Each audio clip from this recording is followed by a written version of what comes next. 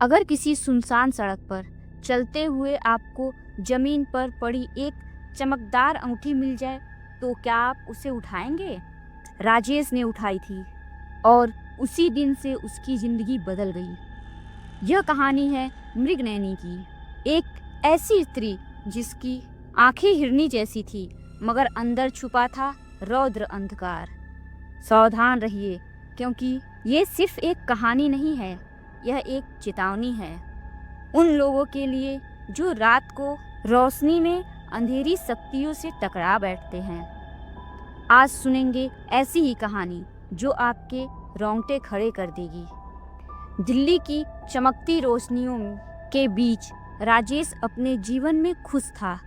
वह एक अच्छी कंपनी में काम करता था और उसकी जिंदगी अच्छे से चल रही थी। वह रात की पार्टियों का शौकीन था।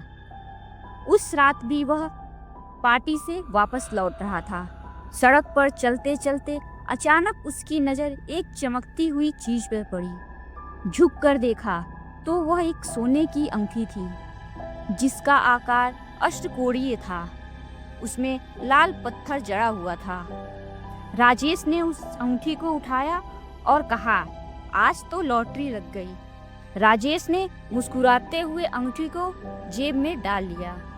अगले दिन ऑफिस में चमत्कार हो गया। 3 साल से लटक रहे 25 करोड़ रुपए के प्रोजेक्ट की डील अचानक से राजेश के नाम हो गई। बॉस ने उसे 10 लाख रुपए का बोनस दे दिया। पूरे ऑफिस में वह हीरो बन गया।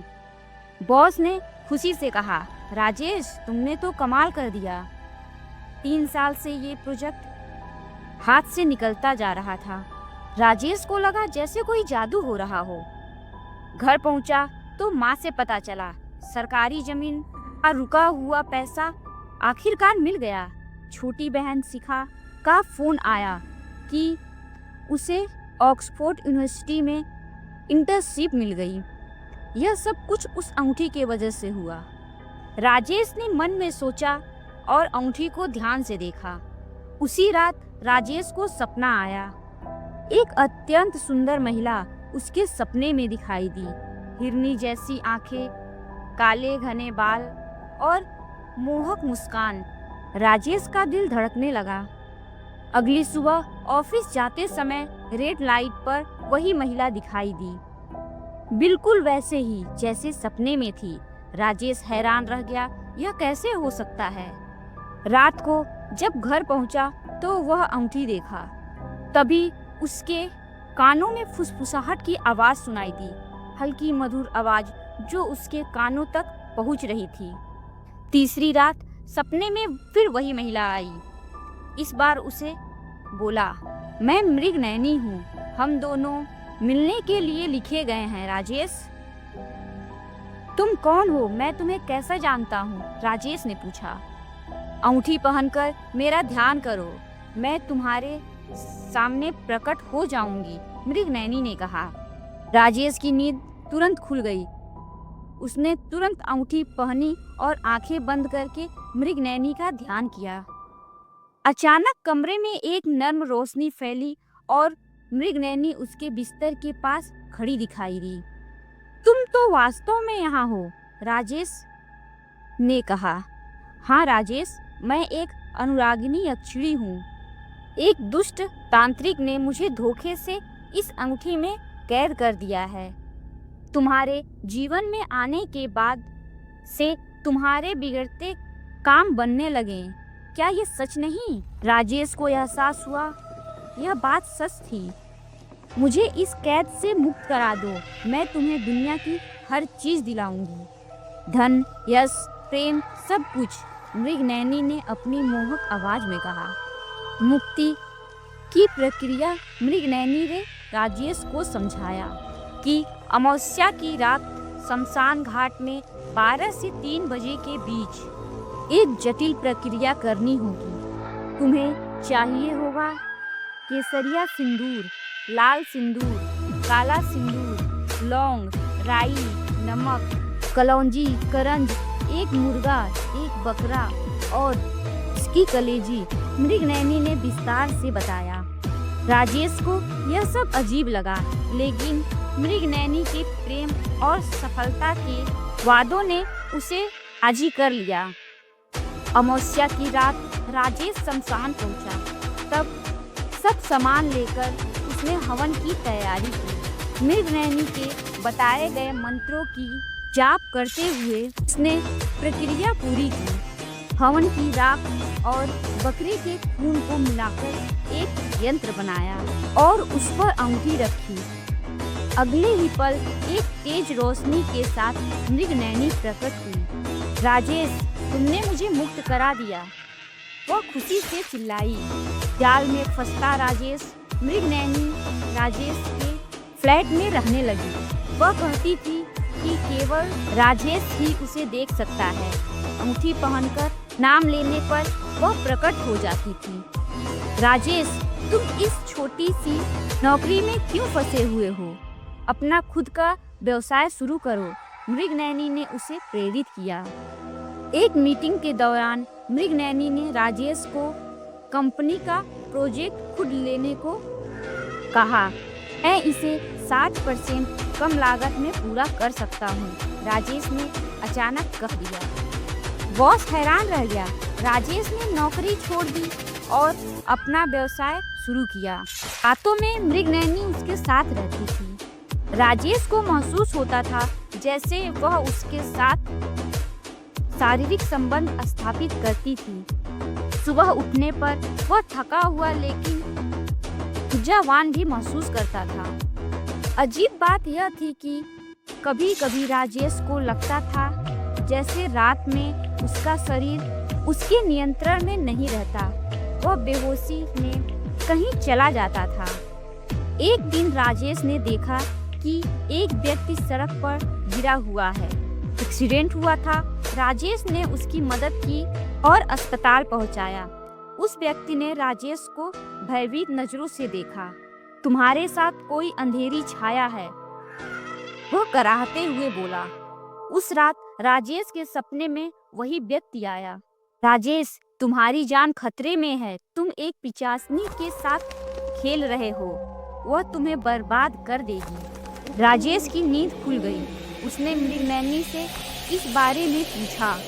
मृगनयनी ने उसे उस व्यक्ति की अतीत दिखाई। एक दृश्य में वह व्यक्ति जो तांत्रिक था मृगनयनी को अंगूठी में कैद कर रहा था। यही वो दुष्ट तांत्रिक है जिसने मुझे कैद किया था। उसने मेरी शक्तियों को 3 अस्थियों के साथ एक काले कलश में बांध दिया है।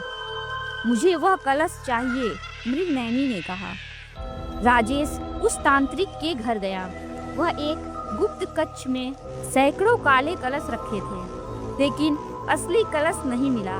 बाद में राजेश अस्पताल में उस तांत्रिक से मिला। बेटा, तुम बहुत बड़े खतरे में हो, तांत्रिक ने कहा। मृगनयनी कोई अक्षरी नहीं है, वह एक खतरनाक पिशाचनी है। तांत्रिक ने पूरी कहानी बताई। मेरा एक मित्र था, शक्तिशाली तंत्र विद्या का ज्ञानी। एक लड़का उसके पास आया था। उसने इस पिशाचनी को अपनी प्रेमिका के रूप में सिद्ध किया था, लेकिन जब उसने किसी और लड़की से संबंध बनाया तो वह पिशाचनी उस लड़के को मार डाली। लड़का छुटकारा पाने के लिए हमारे पास आया था, लेकिन पिशाचनी ने उसी दिन उसकी जान ले ली। हमने बड़ी मुश्किल से उसे शमशान में अनुष्ठान करके अंगूठी में कैद किया था। वह हर रात तुम्हारे शरीर पर कब्जा करके मेरे घर आती है ताकि अपनी शक्तियाँ वापस पा सके। राजेश सदमे में था। तांत्रिक की मदद से राजेश अस्पताल से भाग निकला।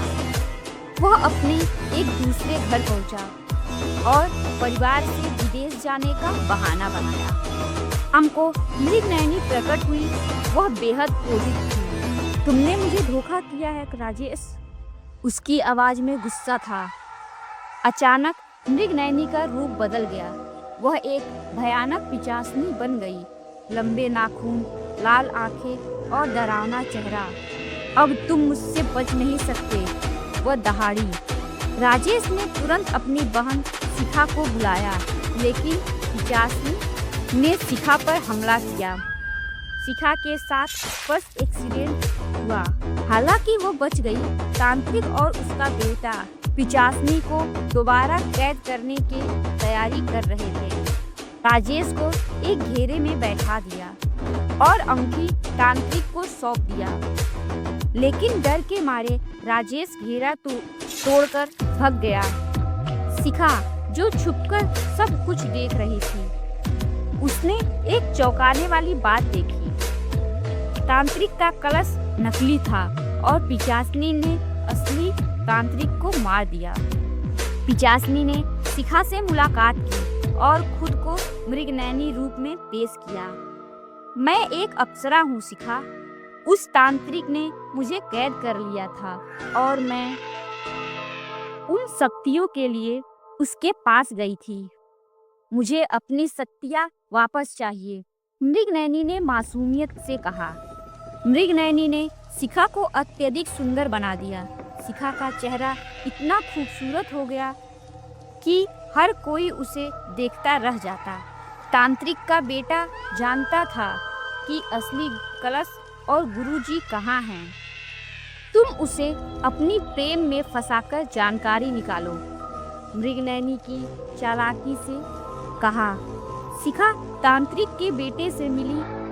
वे दोनों मिलकर पिचासनी का अंत करने की कसम खाई। हालांकि शिखा को नहीं पता था कि मृगनयनी ही पिचासनी है। तांत्रिक के बेटे को अपने गुरुजी से संपर्क करने की एक गुप्त विधि पता थी। शिखा ने उसका पीछा किया और देखा वह शमशान घाट में एक कौवे के माध्यम से गुरुजी के मंदिर तक पहुंच जाता है। तांत्रिक के बेटे ने शिखा को बताया कि उसके पिता की आत्मा पिचासनी के कब्जे में है। कुछ ही देर में वह गुरुजी के पास पहुंच गए। गुरुजी एक विशाल काल भैरव की प्रतिमा के नीचे ध्यान में बैठे थे। उनकी आंखों में अद्भुत तेज था। बेटा, यह पिचासनी बहुत ही शक्तिशाली है। उसे नष्ट करने के लिए तुम्हारी आवश्यकता होगी, गुरुजी ने शिखा से कहा। राजेश भी उसके माया जाल में फंसा है। उसकी जान भी खतरे में है।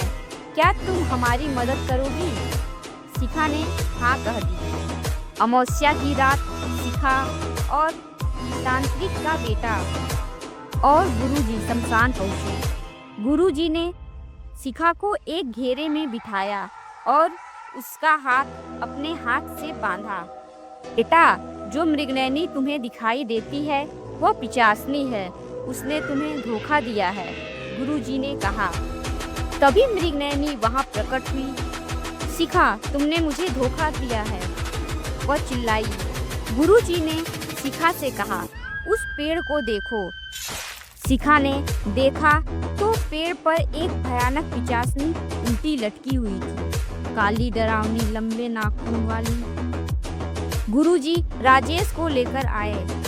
शिखा, मैं तुम्हें सच नहीं बताया था, मृगनयनी ही पिचासनी है, राजेश ने कबूल किया। मृगनयनी गायब हो गई और पिचासनी अपने असली कराल रूप में प्रकट हुई। उसने कलश को तोड़ दिया और अपनी शक्तियाँ वापस पा ली। पिचासनी ने गुरुजी पर हमला किया, लेकिन अचानक शिखा के शरीर में एक दिव्य शक्ति का संचार हुआ। उसकी आंखें लाल हो गई और उससे एक अलौकिक तेज निकल रहा था। शिखा अदृश्य रूप से पिचासनी से लड़ी। एक भयानक संघर्ष के बाद उसने पिचासनी को दोबारा अंगूठी में कैद कर दिया। बेटी, मैंने तुम्हारी शरीर में माँ काली का अंश आवाहन किया था। तुम एक शुद्ध कन्या हो। तुम्हारे माध्यम से ही इस पिचासनी को बांधा जा सकता था, गुरुजी ने समझाया। उसके बाद गुरुजी ने उस कलश और अंगूठी को ऐसी जगह भेज दिया जहां कोई भी वापस ना ला सके। तांत्रिक का बेटा गुरुजी का शिष्य बन गया, जबकि शिखा राजेश के साथ घर लौट आई। राजेश ने अपने गलती का एहसास किया और एक नया जीवन शुरू किया। यदि कभी राह चलते कोई अंगूठी मिले तो उसे घर लाने से पहले सोचिए कि कहीं उसमें मृगनैनी तो नहीं, क्योंकि कुछ चीज़ें ऐसी होती हैं जो दिखने में तो सुंदर हो लगती हैं, लेकिन उसमें छुपा होता है एक अंधकार। और यह एक कहानी नहीं, उन लोगों के लिए एक चेतावनी है